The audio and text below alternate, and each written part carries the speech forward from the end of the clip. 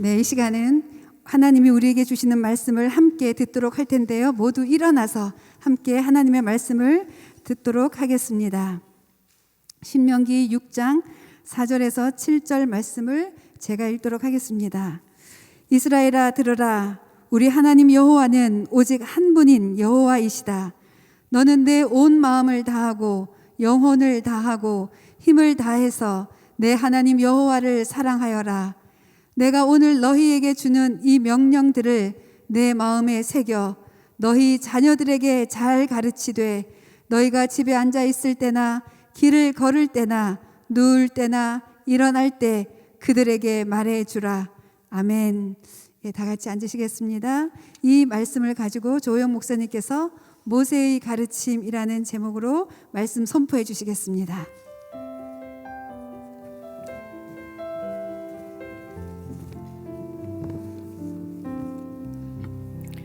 할렐루야. 오늘 공휴일인데도 이렇게 예배를 사모하여서 주님을 사모하여서 나온 여러분들을 주님의 이름으로 축복합니다. 특히 영상으로 함께 하시는 많은 우리 또 성도들을 함께 주님의 이름으로 사랑하고 축복합니다. 잠시 기도하겠습니다. 하나님 감사합니다. 오늘도 주의 말씀 앞에 저희가 앉았습니다. 모세를 통하여 주시는 말씀을 하나님의 음성으로 듣게 하시고 주님의 음성 나의 삶에 정말로 깊은 울림이 되고 또 변화가 일어나는 성숙이 일어나는 주님 은혜를 경험하는 이 시간 될 수 있도록 도와주시옵소서. 성령 하나님 의탁합니다. 예수님 이름으로 기도합니다. 아멘. 요즘 출애굽기를 큐티하지 않습니까? 출애굽기 큐티하면서 애굽에서 노예 생활을 430년씩이나 오래 했던 그 이스라엘 백성들을 구하기 위해서 애굽에 재앙을 내리시고 또 홍해를 가리시며 기적을 행하시는 그 하나님의 능력을 경험하는 현장을 계속 묵상하고 있습니다.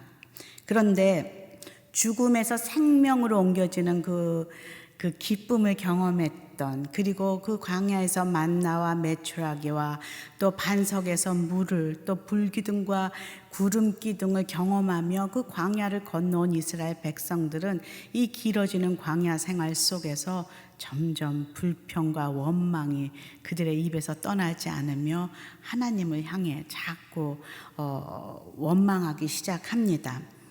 이 원망의 하이라이트는 민수기에 들어오면서 13장에 그 가데스 바네아 사건에서 정점을 이룹니다. 12정탐꾼을 그 가나안 땅에 보낸 후에 그들이 돌아와서 그 가나안은 얼마나 좋지만 그곳에 사는 사람들은 얼마나 무섭고 큰지 모르겠다. 우리는 그들 눈에 그냥 다 메뚜기 같다. 이렇게 자신들을 비하하며 우리를 왜 이곳으로 끌고 나와서 다 죽게 하느냐. 애굽으로 돌아가자. 애굽. 그렇게 온 백성들이 외치며 하나님을 향해 삿대질을 하고 모세를 향해 그렇게 화를 내는 것을, 그 불신앙을 보면서 하나님께서는 그들을 그 광야에서 멸하시기로 결정을 하십니다. 그래서 가나안으로 그 믿음을 가지고 절대로 들어갈 수 없는 것은, 가나안은 우상이 득실거리는 그런 땅이요, 그곳에서 믿음이 없이 들어가면 여지없이 무너지는 그런 곳이기에, 하나님이 통치하시는 그곳이 가나안이기에, 하나님이 싸우시고 하나님께서 친히 인도하시는 그곳이 가나안이기에 그 믿음을 잃어버리면 절대로 그곳에서 살아남을 수 없는 이 이스라엘 1세대 백성들은 그 광야 가운데서 40년을 방황하다가 다 죽게 됩니다.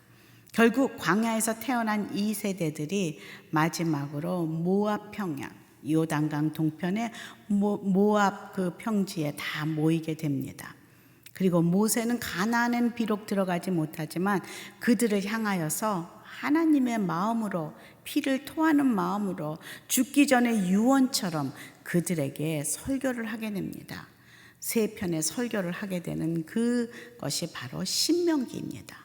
그래서 여러분이 신명기를 읽을 때는 모세가 정말 이 세대를 향하여서 이런 마음으로 새롭게 설교를 하고 있구나 라는 것을 기억하시면서 신명기를 읽으시면 좋을 것 같습니다.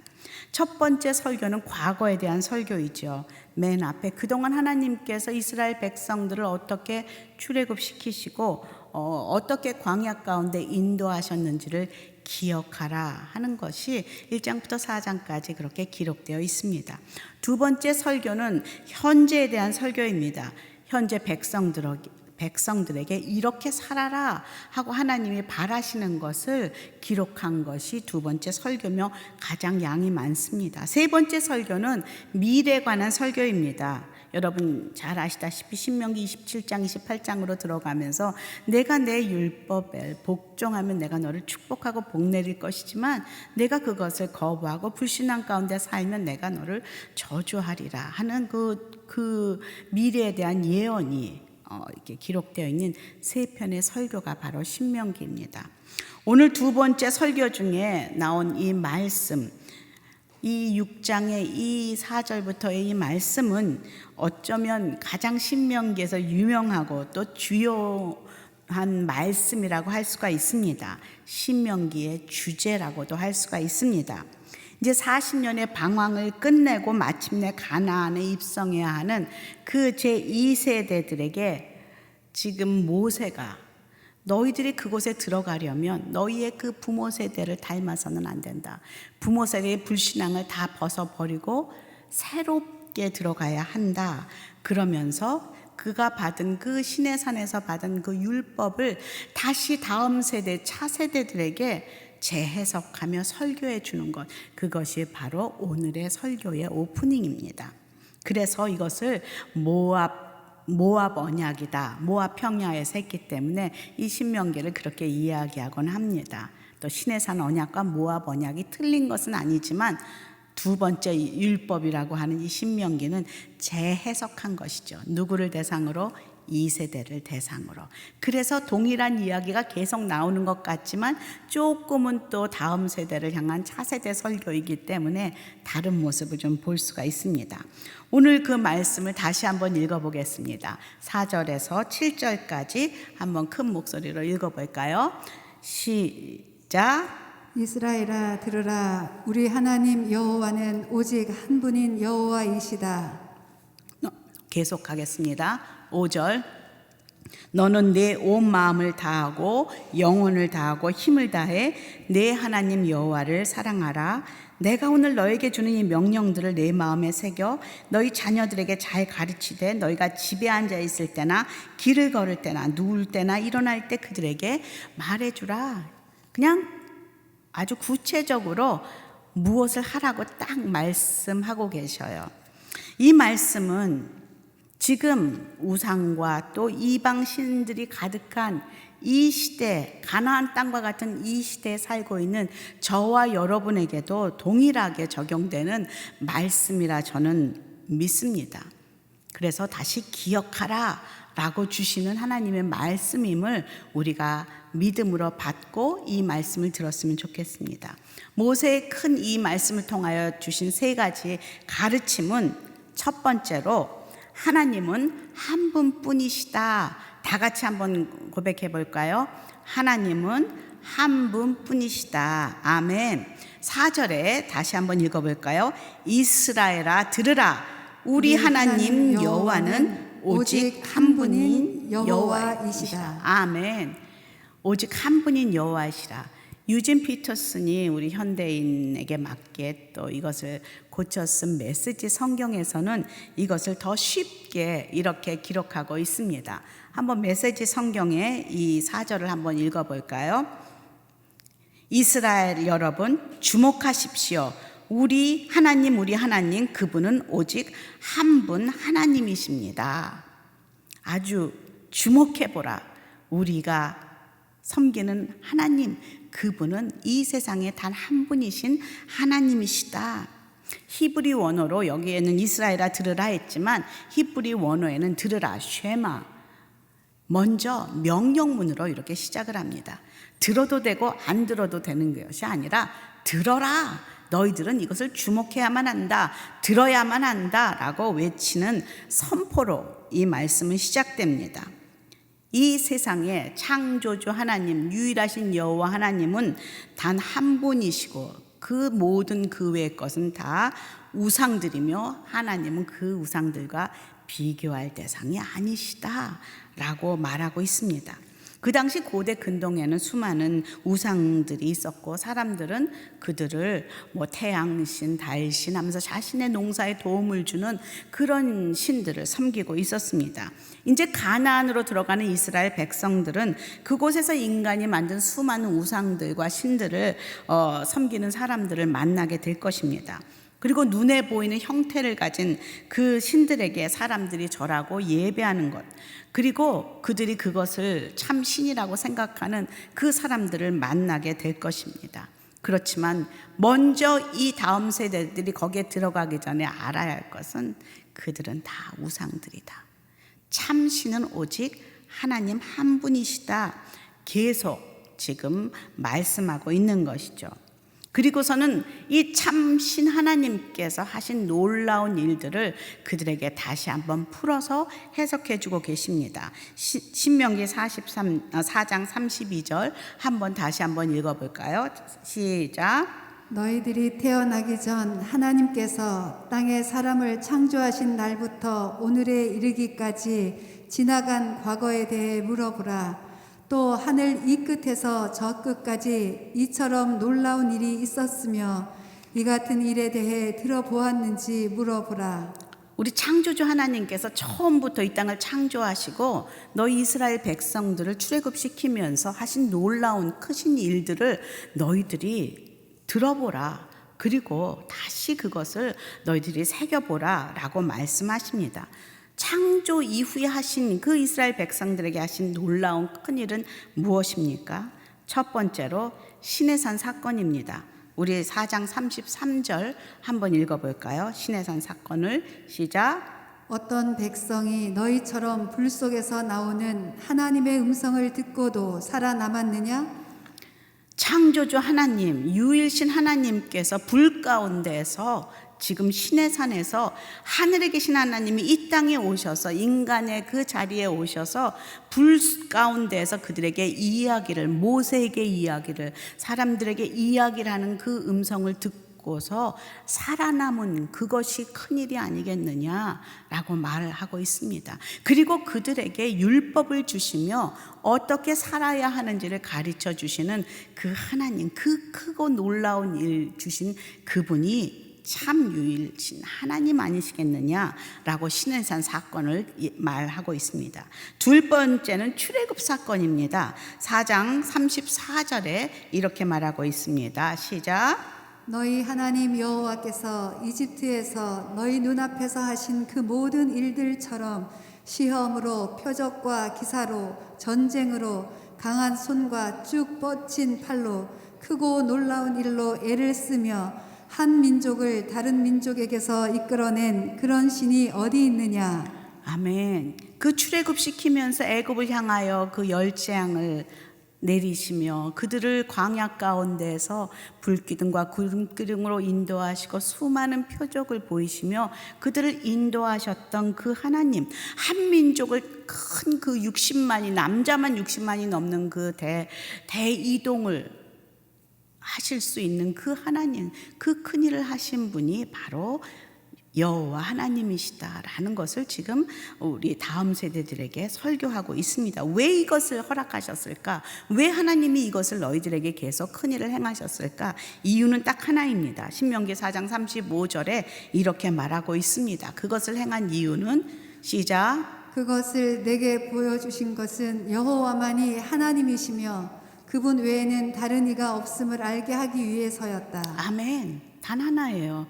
그분은 유일하신 하나님이시며 그분 외에는 다른 이가, 구원할 다른 이가 없다라는 것을 알게 하기 위함이다 라고 땅땅 들으라 쉐마 이야기하고 있습니다. 이건 그냥 팩트예요. 사실이에요. 여기서 우리의 믿음은 시작돼요. 아닌 것 같은데, 저기 저 나무도 하나님 같은데, 저기 저 불상도 하나님 같은데, 여기서 시작하면 우리는 출발을 못하는 것이죠. 우리의 믿음의 시작은 우리가 섬기고 우리가 따르고 우리가 예배하는 그 하나님은 이 세상에 유일하신 단 한 분 하나님이시라는 것, 그것을 우리가 잊지 말아야 한다. 그것을 너희가 잡아야 이 가나안 같은 세상에서 승리할 수 있다라고 지금 유언처럼 가르치고 있는 첫 번째라는 것이죠. 마치 십계명의 첫 번째가 그렇게 하나님이 유일하신 하나님이야, 다른 것에 절하지 말라고 말씀하신 것처럼 말하고 있습니다. 우리는 다 예전에는 하나님을 섬기지 않고 우상을 섬기는 그런 마귀의 자녀들이었어요. 저는 마귀의 자녀 그래갖고 그게 예전에는 하나님 모를 땐 참 기분이 좀 나빴었거든요. 근데 제 얘기가 아니라 성경에 그렇게 나와 있어요. 에베소서 2장 12절에 한번 읽어볼까요? 에베소서 2장 12절 시작. 그 당시 여러분은 그리스도 밖에 있었고 이스라엘 백성으로부터 제외된 사람들이며 약속의 언약들에 대해 생소한 사람들이며 세상에서 소망도 없고 하나님도 없는 사람들이었습니다. 우리는 그 이스라엘 그 선택된 민족에서도 나와서 이방인으로 자연스럽게 우리 그 조상 때부터 그렇게 우상을 섬기던 사람들이었다라고 성경에서 말하고 있어요. 요한복음 8장 44절에는 이렇게 기록하고 있습니다. 너희는 너희 아비인 마귀에게 속해 있고 너희는 너희 아비가 원하는 것을 하고자 한다. 그는 처음부터 살인자였다. 또 그 안에 진리가 없기 때문에 진리 안에 서지 못한다. 그는 거짓말을 할 때마다 자기 본성을 드러낸다. 이는 그가 거짓말쟁이며 거짓의 아비이기 때문이다. 우리는 그 거짓말하는 거짓의 아비에 속아서 그 자녀로 그렇게 살아온 그런 사람들이다 라고 성경에서는 말하고 있습니다. 사단은 거짓말쟁이요, 그 마귀라는 것이죠. 속고 있는 우리의 옛 모습, 그것을 우리는 잊지 말아야 합니다. 사실 저도 18살까지는 그리스도 밖에 있었고 이 마귀의 자식이었습니다. 하나님을 모르고 살았습니다. 그런 제가 시내산에서 모세를 만나 주셨던 것처럼 하나님은 저에게도 찾아오셨습니다. 나의 인생이 완전히 180도 전환이 되는 그런 순간이 온 것입니다. 이것은 저의 인생의 기적의 순간입니다. 단 한 번도 주일학교도 다녀보지 못했고 하나님에 대해서 들어보지도 못한 제가 하나님이 유일하신 하나님이시라는 그 복음을 들었습니다. 그런데 놀라운 것은 그 하나님을 제가 믿음으로 받아들였다는 거예요. 그 하나님이 나를 사랑하신다는, 그래서 그의 아들 예수 그리스도를 나를 위해 십자가에서 죽이심으로 나를 살리셨다는 그 복음을 제가 믿었다는 게 기적입니다. 그것은 저의 힘으로 믿을 수 있는 그런 것이 아니에요. 여러분도 다 마찬가지 아니겠습니까? 그것을 어떻게 믿습니까? 그것을 믿는 것이 기적입니다. 신의 산의 기적입니다. 하나님을 만나고 살았다는 것이 그것이 기적입니다. 그래서 그전에는 나를 위해 살았지요. 그런데 이제는 하나님을 위해 살겠다고 고백합니다. 아까도 찬양하면서 예수 나의 구세주 하면서 이제 하나님만 위해 살겠다고 헌신하겠다고 그런 찬양을 우리가 부르고 있습니다. 영원히 주님만을 찬양하고 그렇게 살겠다고. 그것이 기적 아닙니까? 나의 생각이 완전히 변한. 그렇지만 우상들은 저희가 그 우상들을 위해 살고자 하지 않습니다. 우상들은 나를 위해 있습니다. 우리는 우상을 두려워합니다. 사랑하지 않습니다. 그리고 그렇지만 나를 위해서 절하고 그렇게 예배합니다. 하지만 하나님과의 관계는 다르다는 것이죠. 하나님께서 구원하실 이름은 단 하나, 예수 그리스도 외에는, 하나님 외에는 우리를 구원하실 다른 신이 없음을 지금 말하고 있습니다. 사도행전 4장 12절은 이렇게 선포하고 있습니다. 시작. 예수 외에 다른 어느 누구에게서도 구원을 받을 수 없습니다. 하나님께서는 하늘 아래 우리가 구원받을 만한 다른 이름을 우리에게 주신 일이 없기 때문입니다. 아멘. 그 어떤 것도 어떤 신도 우리를 죽음에서 생명으로 구원할 수 없다는 것을 믿으십니까? 오로지 하나님, 그 예수 그리스도를 통하여 하나님께 나아가는 자마다 구원을 얻습니다. 이것은 믿게 된 사건은 누가 뭐라 해도 내 인생의 결정적인 신해산의 사건입니다. 두 번째로 제 인생의 출애굽의 사건도 있습니다. 예수님을 믿은 그날부터 저는 이제 60대 중반을 가고 있습니다. 광야 같은 세상길에서 우여곡절 끝에 업앤다운 그 산과 그 계곡을 오르내리면서 하나님의 그 보호하심과 인도하심을 경험합니다. 만나와 메추라기도 먹이신 하나님을 만납니다. 그리고 불과 구름 기둥으로 말씀으로 인도하시는 그 하나님도 제 삶에 깊이 경험합니다. 그리고 내가 즐겁고 기쁠 때뿐만이 아니라 힘들고 외로울 때도 늘 곁에 계셔서 호영아, 내가 너를 사랑한다. 내가 내 옆에 항상 있다. 저에게 늘 말씀하셨던 그 하나님의 인도하심을 경험하며 살아가며 여기까지 왔습니다. 이것이 저의 인생의 출애굽의 그 사건입니다. 여러분들도 다 마찬가지로 그 고백들과 그런 간증들이 있으리라 믿습니다. 아직도 저 멀리 배는 나의 시온성, 거룩한 곳 아버지 집, 그 가나안을 앞에 두고 그 요단강 동편에서 지금 그 가나안을 바라보고 서 있는 것처럼 저 역시, 그리고 여러분도 역시 이제는 저 멀리 배는 그 나의 영원한 시온성을 향하여, 그 가나안을 향하여 요단강을 건너는 그 때를 준비하게 하시는 그 하나님, 저도 이 제2세대의 출애굽 백성임이 확실합니다. 두 번째로 모세의 가르침은 하나님을 사랑하라. 다 같이 시작. 하나님을 사랑하라. 첫 번째 가르침이 뭐였어요? 유일하신 하나님 한 분밖에 없다는 그거였죠. 두 번째는 뭐예요? 하나님을 사랑하라 하는 가르침입니다. 5절 함께 읽어보겠습니다. 시작. 너는 내 온 마음을 다하고 영혼을 다하고 힘을 다해서 내 하나님 여호와를 사랑하여라. 아멘. 이거를 또 메시지 성경으로 보면은 여러분의 하나님을 진심으로 사랑하십시오. 여러분의 전부를 다해 여러분이 가진 전부를 다 드려 그분을 사랑하십시오. 그렇게 기록하고 있습니다. 온 마음, 온 영혼, 온 힘을 다해서 하나님을 사랑하라. 이것이 시내산에서 받은 모세의 율법에서 가장 중요한 주제입니다. 예수님도 이 말씀이 그 모든 율법 중에 가장 중요한 말씀이다. 첫 번째 계명이다. 그렇게 말씀하고 있습니다. 마가복음 12장 29절에서 30절에 예수님은 이렇게 말씀하십니다. 시작.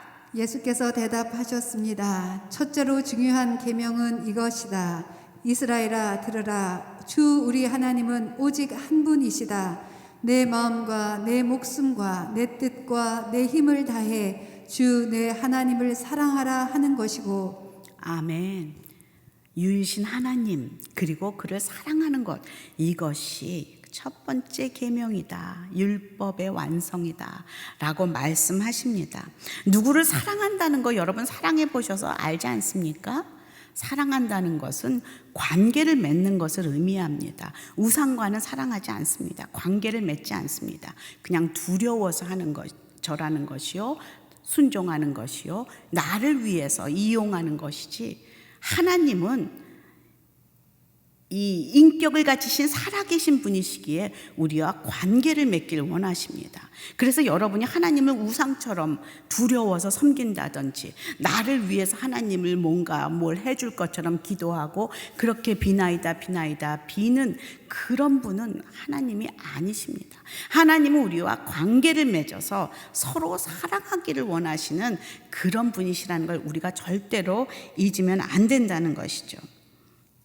예전에는 하나님의 그 사랑을 거부하면서 나를 위해 살아가던 그런 나를 먼저 찾아오셔서 사랑한다고 말씀하신 그 하나님을 우리는 먼저 만나야 합니다. 로마서 5장 8절 이렇게 기록하고 있습니다. 시작.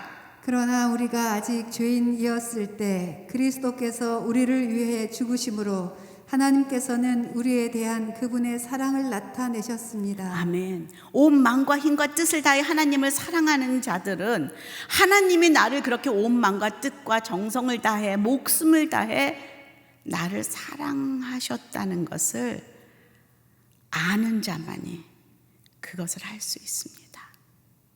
나의 힘으로는 할 수 없습니다. 내 힘으로 사랑이 억지로 되는 사랑 받습니까? 그 사랑이 얼마나 큰지 죄인이었던 나를 살리시기 위해서 아들을 주신 그 하나님의 사랑을 몸으로 경험한 자마다 그 사랑에 너무나 기뻐서, 너무나 감사해서, 너무나 송구해서 그 은혜가 너무나 정말로 감격해서 그분을 사랑하지 않을 수 없는 그 사랑으로 들어가게 됩니다. 주님은 우리에게 다른 어떤 것보다도 사랑받기를 원하십니다. 그러니까 이렇게 계명에 하나님을 사랑하라 하지 않습니까? 우리의 자의적인 사랑을 원하십니다. 억지로 두목에게 끌려가서 사랑해 이렇게 해서 사랑하는 것이 아니라 이 voluntary로 자신의 자의적인 마음으로 의지를 가지고 사랑하는 그 사랑을 원하십니다. 왜냐하면 하나님은 이미 우리를 사랑하신다 말씀하세요. 그렇지만 우리가 쳐다보지 않고 있을 때 하나님은 우리를 계속 쳐다보며 짝사랑을 하고 계신다는 것이죠. 여러분은 예수님을 사랑하십니까? 사랑하십니까? 아멘. 한번 진단을 해보겠습니다. 누구를 사랑할 때 어떤 현상이 일어나는지 그분에 대해서 매우 궁금하십니까? 그리고 함께 있고 싶고 많은 이야기를 나누고 싶은 그런 증상이 있어야 됩니다. 화장실에 있어도, 그리고 버스를 타도, 밥을 먹을 때도 자연스럽게 내가 노력하지 않았는데 생각이 나는 그런 증상들, 그리고 그분이 무슨 생각을 하는지, 그리고 나를 어떻게 보고 계신지 정말 궁금합니다. 그리고 그분을 기쁘게 해주고 싶어요. 그리고 그분이 무엇을 하든 내가 함께 하고 싶어요. 그런 마음이 드십니까? 그럼 여러분은 하나님을 사랑하는 것입니다. 그분이 무슨 생각을 하든 뭐든 난 상관없어. 그분이 그냥 내가 하는 거 도와줬으면 좋겠어. 그냥 내가 하는 데에 따라왔으면 좋겠어. 하나님은 왜 주일날만 생각나나 몰라. 다른 7일은 생각도 안 나. 6일은 생각도 안 나. 여기 오니까는 그냥 생각나네.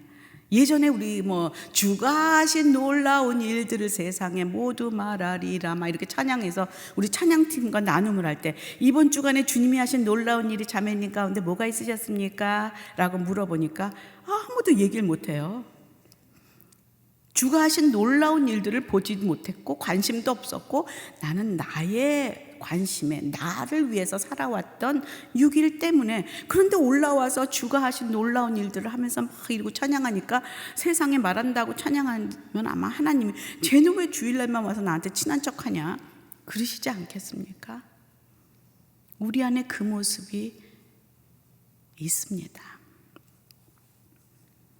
제가 처음 주님을 만났을 때를 기억합니다.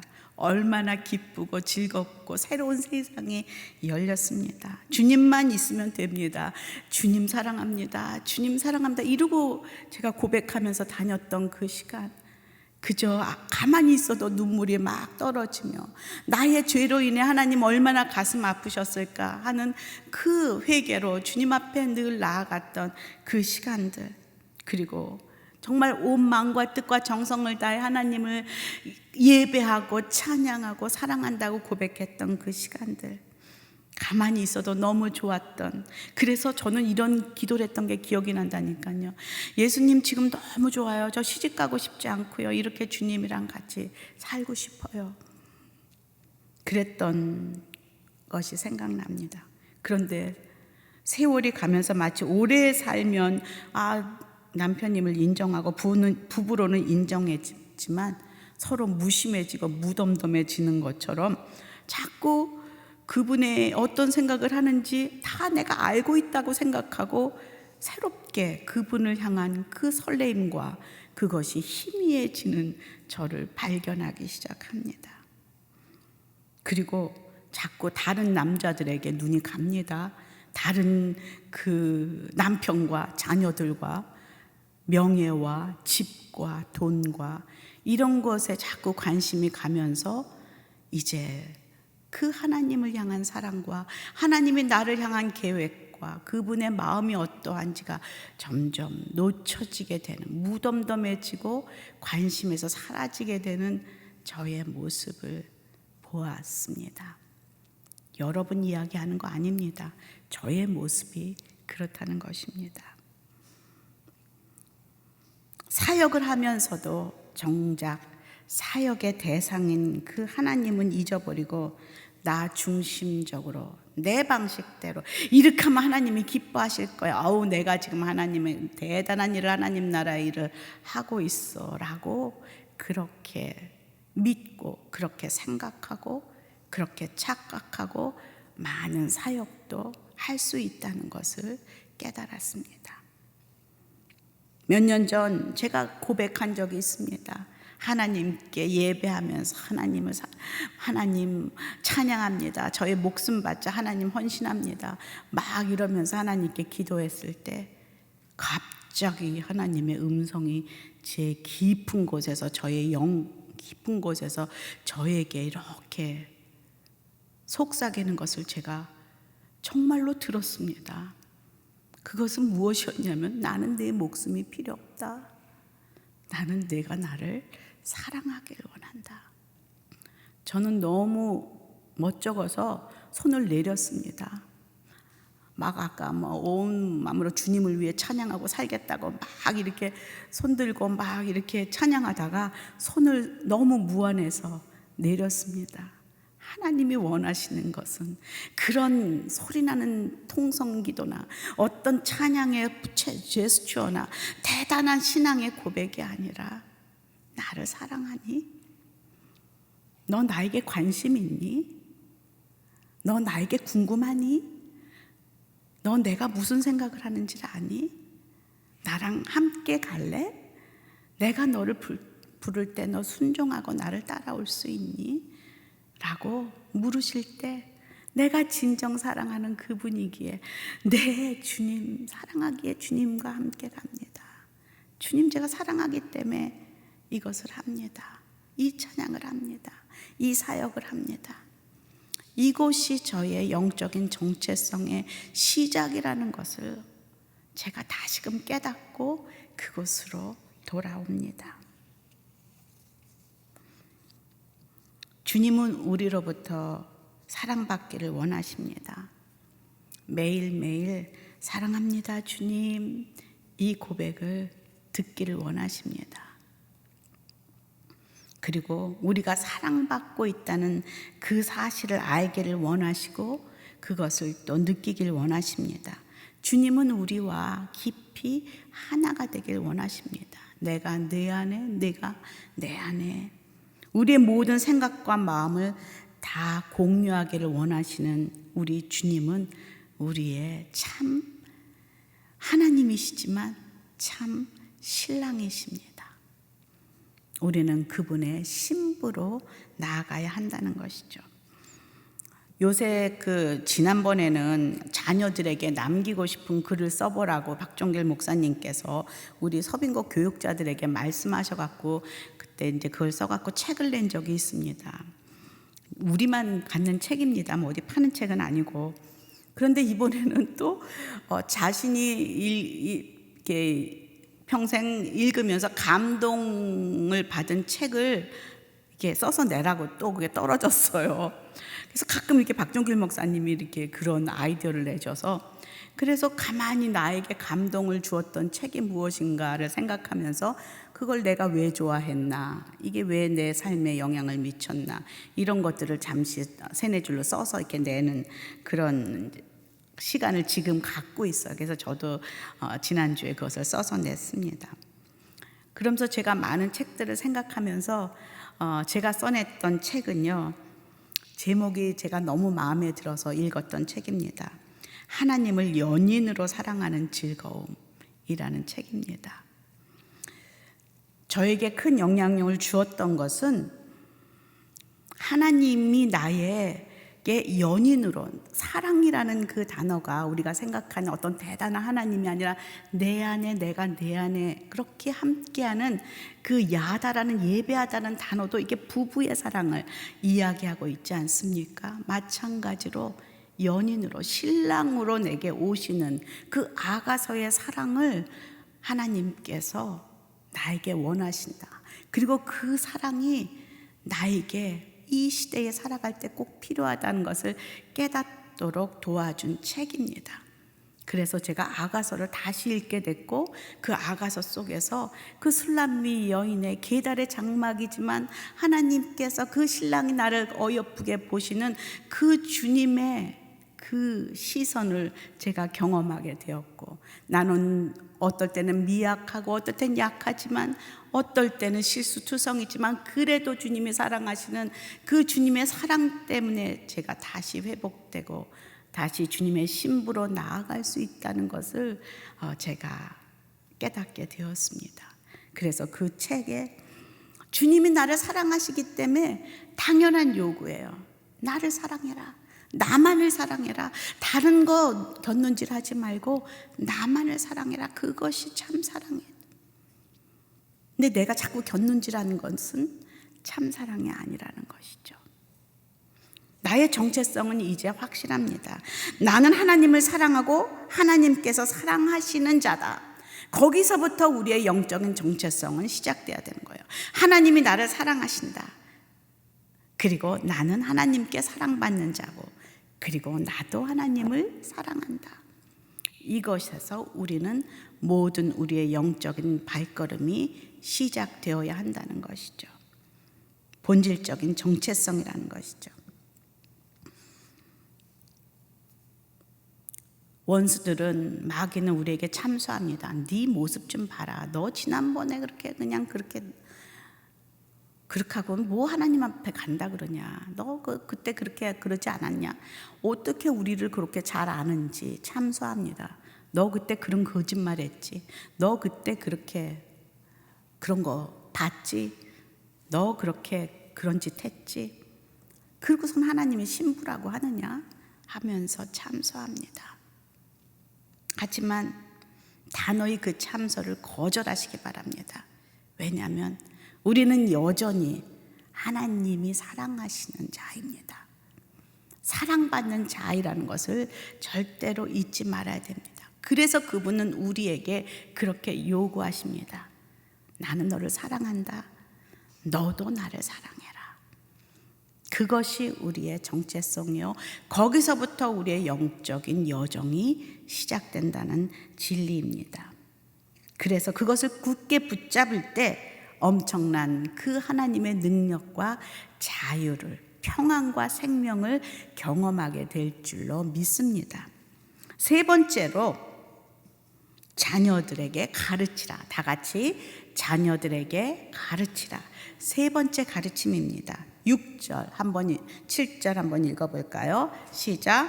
내가 오늘 너희에게 주는 이 명령들을 내 마음에 새겨 너희 자녀들에게 잘 가르치되 너희가 집에 앉아 있을 때나 길을 걸을 때나 누울 때나 일어날 때 그들에게 말해주라. 아멘. 메시지 성경에서는 이것을 이렇게 말하고 있습니다.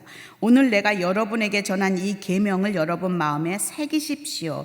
이 계명이 여러분의 마음에서 떠나지 않게 하고 여러분 자녀의 마음에서 떠나지 않게 하십시오. 집에 앉아 있을 때나 길을 걸을 때나 어디에 있든지 이 계명에 관해 이야기하십시오. 아침에 일어나는 순간부터 밤에 잠자리에 드는 순간까지 이 계명에 관해 이야기하십시오. 이건요, 내 안에 가득 그분이 차 있을 때, 말씀이 차 있을 때, 그분의 생각이 가득 차 있을 때 찌르면 나올 수 있는 그런 모습입니다. 저는 저희 친정엄마 얘기를 가끔 합니다. 50이 돼서 하나님을 만났는데요, 그 후로는 우리 엄마는 넋이 나간 것 같습니다. 모든 일에 하나님밖에 없습니다. 그래서 뭐를 물어봐도 하나님께서 하나님이 하실 거야.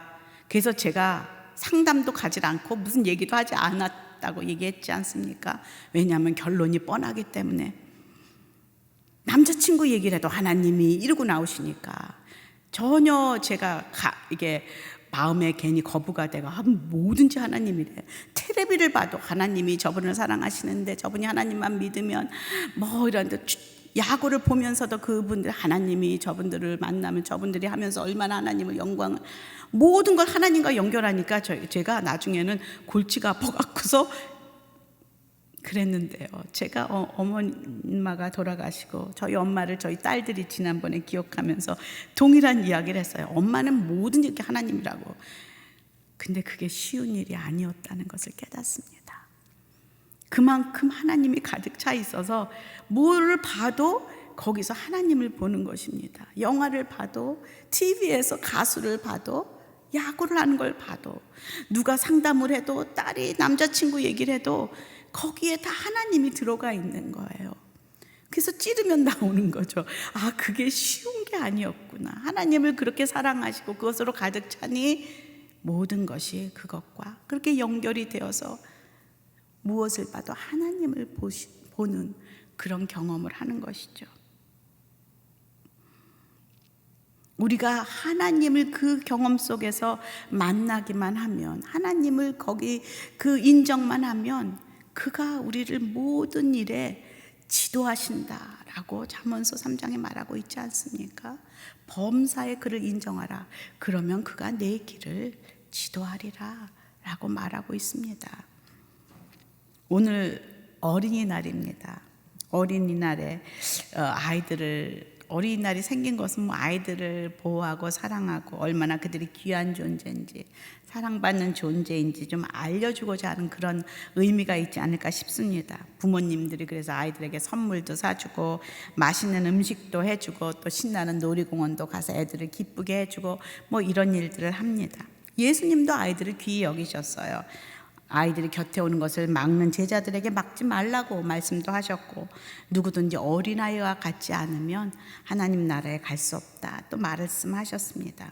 그 아이들은 백지 같아서 그 부모가 하는 이야기, 그들에게 보여주는 것, 또 말하는 대로 다 눈으로 마음으로 다 흡수해서 그것을 닮아 그렇게 습득하며 자라납니다. 그래서 아이 앞에서는 냉수도 못 마신다 그렇게 하는 말이 있지 않습니까? 왜? 다 따라하기 때문에.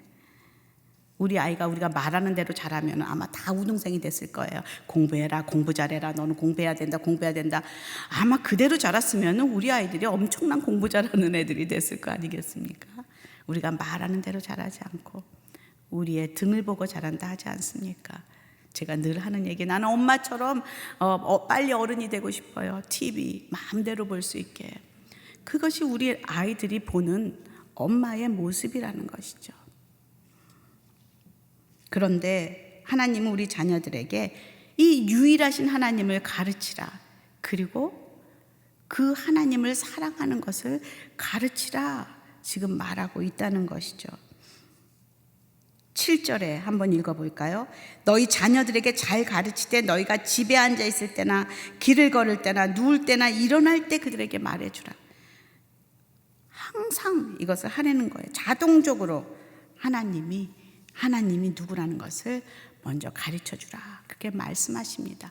그런데 먼저 7절이 나오기 전에 6절을 한번 읽어볼까요? 6절에 보니까 내가 오늘 너희에게 주는 이 명령을 내 마음에 새겨 말하고 있어요.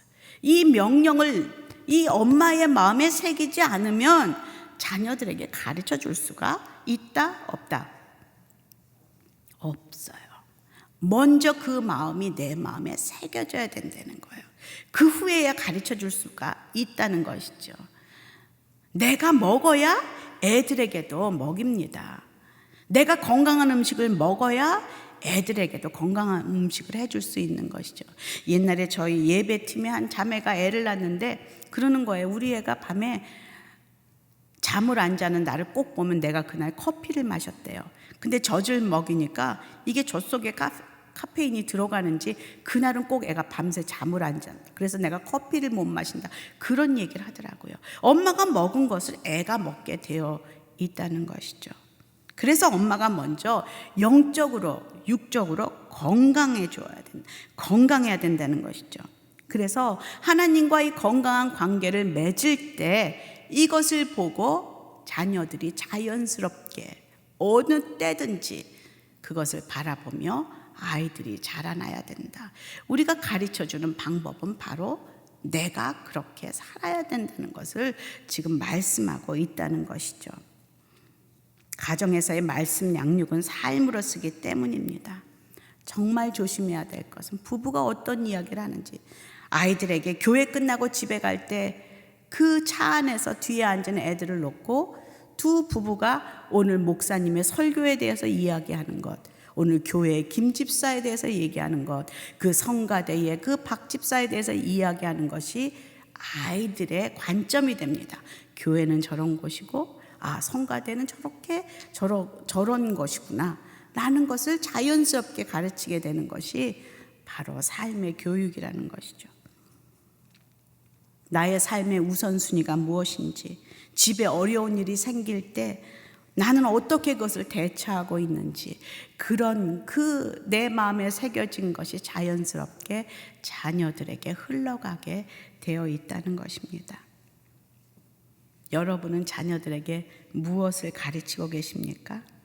혹시 하나님을 향한 사랑과 순종보다 세속적인 성공을 더 중시하고 있지는 않은지, 어릴 때부터 하나님을 사랑하고 이웃을 사랑하는 것을 가르칠 때 부모의 하나님이 아닌 그들의 하나님이 만날 수 있도록 계속 기도할 때, 그때 아이들은 조금씩 변화하기 시작합니다. 기도로, 그리고 저희의 삶의 행동으로 아이들은 변화하기 시작합니다. 정말 두려운 것은요, 제가 가끔 설교하다가요, 저희 아이들을 예를 들어서 이렇게 막 이야기하지 않습니까? 그런데 요새 저희 아이들이 이제 둘이 다 목사가 되어서 설교를 하기 시작했는데, 저희가 이게 유튜브 뭐 이런 것들이 잘 돼 있으니까 아이들 설교를 듣기 시작했습니다. 그런데 거기에 제가 나오더라고요. 깜짝 놀랐습니다. 나는 애들을 이렇게 자연스럽게 설교 가운데 얘기했는데 그 아이들의 설교에 저를 이야기하고 있더라고요. 제가 무릎을 꿇습니다. 하나님, 제가 잘못한 거 있으면 그들의 생각에서 지워주십시오. 근데 한 가지 재밌는 것이, 걔네들이 뭐 여러 가지 좋은 얘기도 많이 했지만 한 가지, 엄마가 자신들에게 그 생일날 자신들이 원하는 것을 안 사주고 자신들에게 필요한 것을 사줬다고, 뭐 예를 들면 자기네는 뭐 어떤 뭐 장난감이 갖고 싶은데 제가 뭐 책가방을 사줬다든지 그걸 얘기하는 것을 들었습니다. 진작 얘기하지. 그러니까 자신이 원하는 것을 해주는 것이 아니라 엄마가 생각하기에 필요한 것을 이렇게 줬다는 그런 얘기를 해서 제가 막 웃은 적이 있습니다. 우리는 서로 이렇게 관계를 맺고 살고 있기 때문에 아무도 안전하지 않습니다. 그런데 한 가지 확실한 것은 말로 그 아이들을 고칠 수가 없다는 거예요. 저희 남편이랑 저랑 애 설교를 듣다가요, 둘이서 너무 힘든 적이 있었습니다. 쟤 어떡하지? 저렇게 설교하면 안 되는데 막 이러면서, 제가 또 목사다 보니까 이렇게 이제 막 그 설교에 그 얘기 이렇게 생각이 드는 거예요. 어머머, 쟤는 저기 설교를 왜 저렇게 하지? 막 이러면서 그런 생각이 막 들기 시작하면서 저희 남편이랑 큰일 났다, 막 이런 생각이 막 얘기를 하고 싶은 거예요. 고치고 싶은 거예요. 만지고 싶은 거예요. 근데 저희 친정엄마가 옛날에 했던 얘기 있잖아요. 호영아, 만지지 말아라. 아이들은 만진 만큼 망가진다. 이런 얘기, 그걸 제가 하나님의 음성으로 들었기 때문에 막 입을 틀어 막아요. 어떤 조언을 하지 않도록. 그리고선 기도합니다. 여보, 기도해야지. 우리가 뭘 하겠어. 하나님이 하셔야지. 그리고서는 기도하기 시작합니다. 놀라운 일이 벌어져요. 몇 주 지났는데 이게 설교가 변하기 시작하는 거예요. 저희 남편이랑 저랑 깜짝 놀랐어요. 저거 제가 설교할 그게 아닌데 저런 설교를 하네. 하나님이 하셨어요. 저희는 그냥 동시에 하나님이 하셨구나. 왜냐하면 우리가 기도했기 때문에 알아요. 그래서 하나님이 하신 걸 알아요. 기도한 사람만이 아는 축복이에요. 자녀를 위해 기도할 때 일어나는 일들은 알게 됩니다. 내 힘으로는 안 돼요. 너 그거 하지 말라니까 왜 그것도 그렇게 하니? 걔한테 능력이 없거든요. 그걸 안 할 능력이. 누구한테 그 능력이 있어요? 하나님에게 있습니다.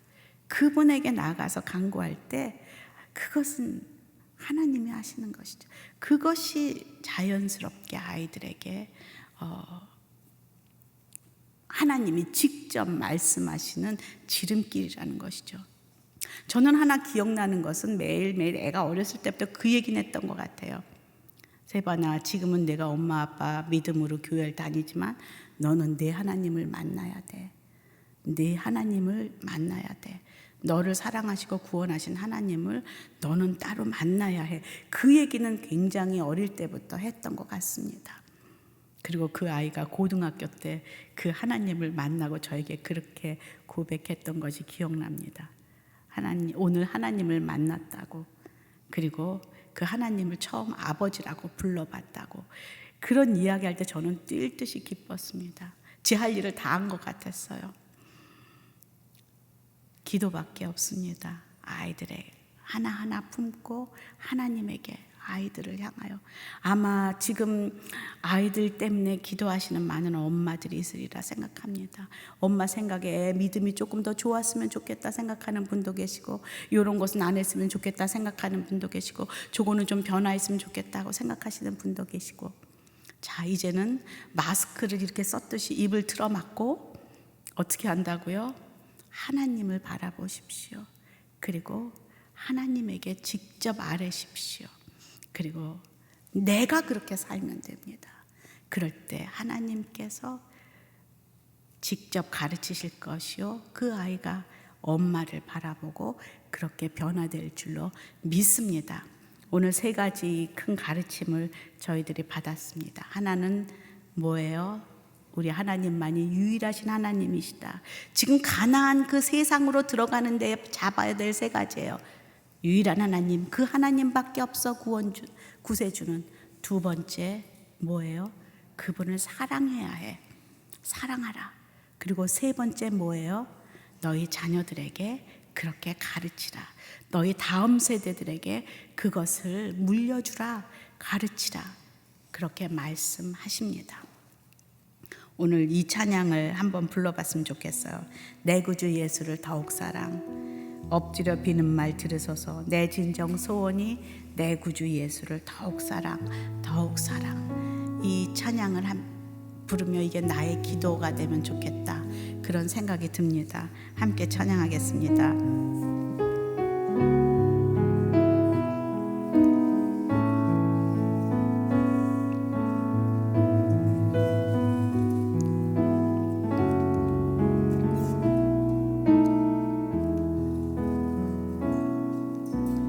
내 구주 예수를 더욱 사랑. 엎드려 비는 말 들으소서. 내 진정 소원이